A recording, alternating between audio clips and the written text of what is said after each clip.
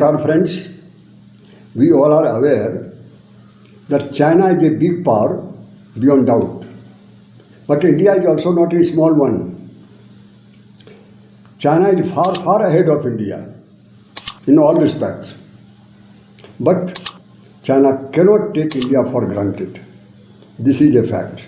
China cannot overlook India. China cannot ignore India. This is the hard fact. Why so?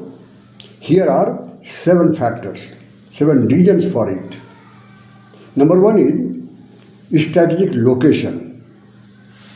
You know, China is bounded with India in the west. On the other hand, China is bounded with Taiwan, Japan and Korea in the east.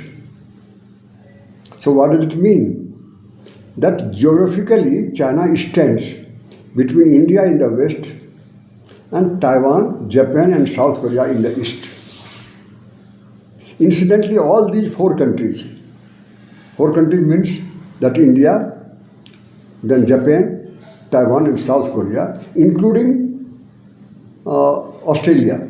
All 5 countries are directly or indirectly allied with USA, either in Quad or elsewhere. So this is the strategic situation, location. Now you can imagine in the same situation, suppose a war breaks out between China and Taiwan.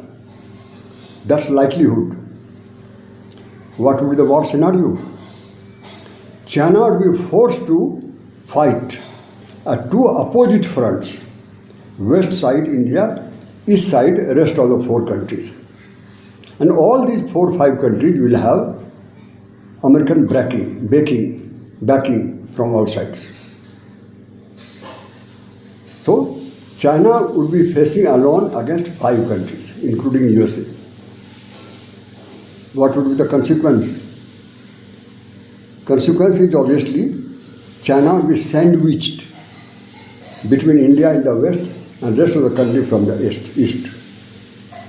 This is the hard fact. And this hard fact is not going to be changed in near future. Neither now nor in future. Geography is not going to be changed. So what is reality today would continue to be a reality in future too. So because of this compulsion, the strategic location, China cannot ignore India. One fact is over. One point is over. Second factor is that India is the largest consumer market. China currently is facing acute shortage of export market. Why so? Here are 3 reasons. Number 1 is that USA has imposed very aggressive tariff on China, so China is losing American market. Side by side, China is also losing European market because of softening European market. Soften. Third problem is of China itself. Chinese own domestic consumption is drastically going down, reducing. So, result is Chinese manufacturing products are too much, market is too less, market for export is too less. All these items are piled up there in China. And as regards India is concerned, India is the 5th largest export market of China. Currently, China is exporting around $134 billion goods to India. In this situation, you can imagine, can China lose India? Can China lose Indian market? Can China afford to lose $134 billion goods? The fact remains that Indian market is a lifeline of Chinese products, Chinese exports. That cannot do it. Number 2. Number 3 is counterweight. India is counterweight to Indo-Pacific zone against China. So India is strategically very strong one. This is supported in the Quad by USA, as I said, Japan and Australia. This is about the counterweight. Now, 4th one is demographic advantage. You know, Chinese working age of population is shrinking and also aging. What about India? India is the largest and youngest workforce in the world. You can imagine the median age is just 28 years in India, average age of labor. So this is all about democratic advantage that China cannot ignore it. If China does not need Indian workers, in future China will have to need it. Then fifth one is geopolitical balancing. What does it mean? India provides democratic alternative to Chinese state capitalist model in BRICS, G20, G7 and as a whole global south. Not only this, India also challenges Chinese dominance by building strong ties with USA, Russia, Europe and also Gulf countries. This is the sixth one. And seventh one is that India's rising economy. How do we say that India's economy is rising? The first one is India is the fastest GDP growth in the world, at least in the major economy. Number two is India is the sixth largest economy in the world.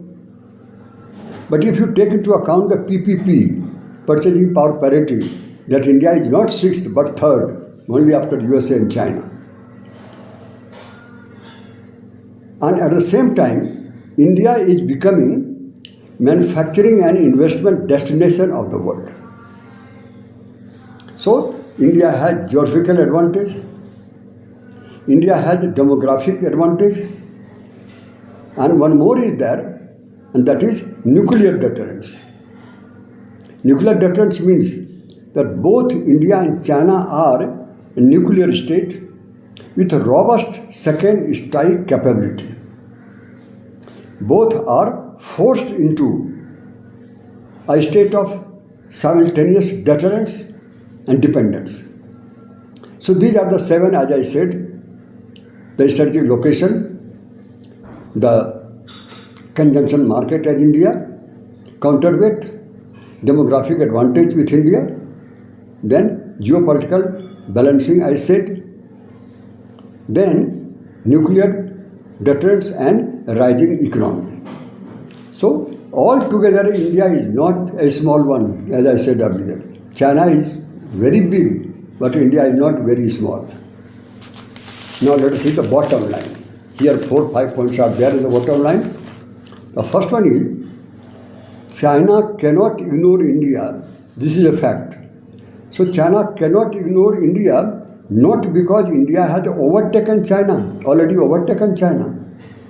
or already matched China, but because of strategic location, GDP growth, military capability, then global balancing influence. So these are the factors. Number one, bottom line. Number two is that the relationship between India and China is no longer a matter of choice. It remains a mix of competition, cooperation, and also rivalry. So this is all about second one. Third bottom line, what is that? Third bottom line is China is seeking dominance, but India is seeking strategic space. India says, okay, you want to dominate us, you try it. But we also have space dominance, strategic space in the hands. So if you dominate over us, then India can give a suitable reply, suitable response. So this is a fact. So this is about the dominance. But the contest is strategic. Here is the problem. Contest is strategic. Contest is economic and contest is psychological. Because the border line is the pressure point. Borderline is the pressure point. Okay, this is what the third one. Fourth one is priority differences. Chinese priority is trade. They want to have trade with India. India's priority is the disputed boundary to resolve boundary problem. This is the priority. But at the same time, the good for both of them, that both of them are trying to adjust with each other's priority. They are not rigid. Okay, now this is the fourth one. And the fifth one is India is a linchpin. India is a linchpin preventing Chinese hegemony at all levels, whether in the region or in the world. This is the fact. All about the bottom. Now my conclusion is two lines only. Number one is the peaceful coexistence is the mantra. Peaceful coexistence is required for India also, for China also. This is the mantra. We'll have to follow. Lakshman Rekha. Don't break it. As regards war is annihilation. War is annihilation, destruction, vinash. So this is the conclusion of my video. Thank you each and every one of you.